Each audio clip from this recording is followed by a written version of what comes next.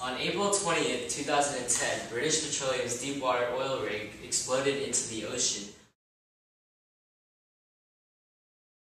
An oil slick covering over 3,000 square feet plagued the Gulf waters. This heavily impacted the environment and fishing industries from Texas to Florida. Nearly 7,000 animals such as endangered sea turtles, birds, and dolphins have been found dead due to oil contamination. In Louisiana alone, 11,000 jobs and $783 million were lost in the fishing industry.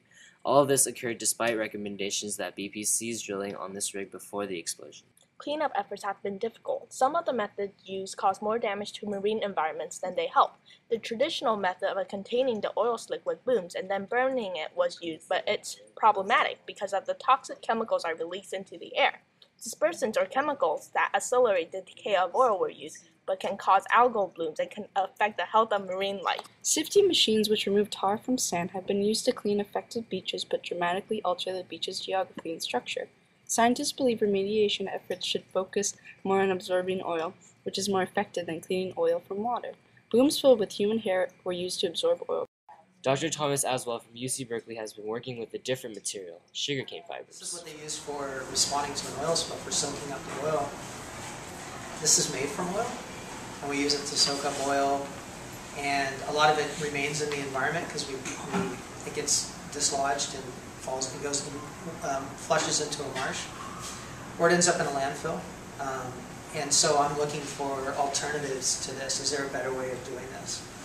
And one of the things that I'm working on is using a different type of material for the stuffing, is using bagasse, which is sugarcane fiber. Instead of using plastic inside here, an oil-based product, we can actually use a plant product that is a waste product for the sugarcane industry in the state of Louisiana. The Gulf oil spill inspired many of the emerging cleanup technologies. However, the question of what we can do to decrease the chances of oil spills has not been discussed. We can't control oil drilling processes, but we can control the high demand for oil and oil-based products. Oil is cheap and convenient. Because of this, our economy has become very dependent on oil, and since it can make almost anything.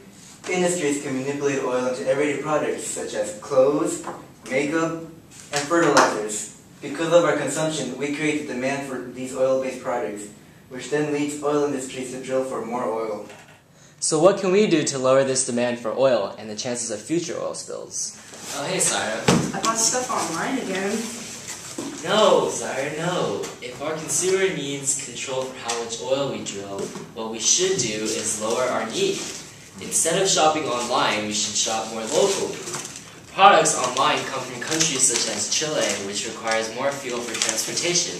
Then there's the synthetic materials used to pack the products. Shopping in our local markets would reduce this waste. We may not be able to control the way we extract oil, but we can control our demand for oil.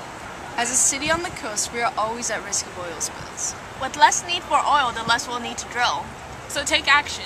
Reuse, reduce, and conserve for a more sustainable tomorrow.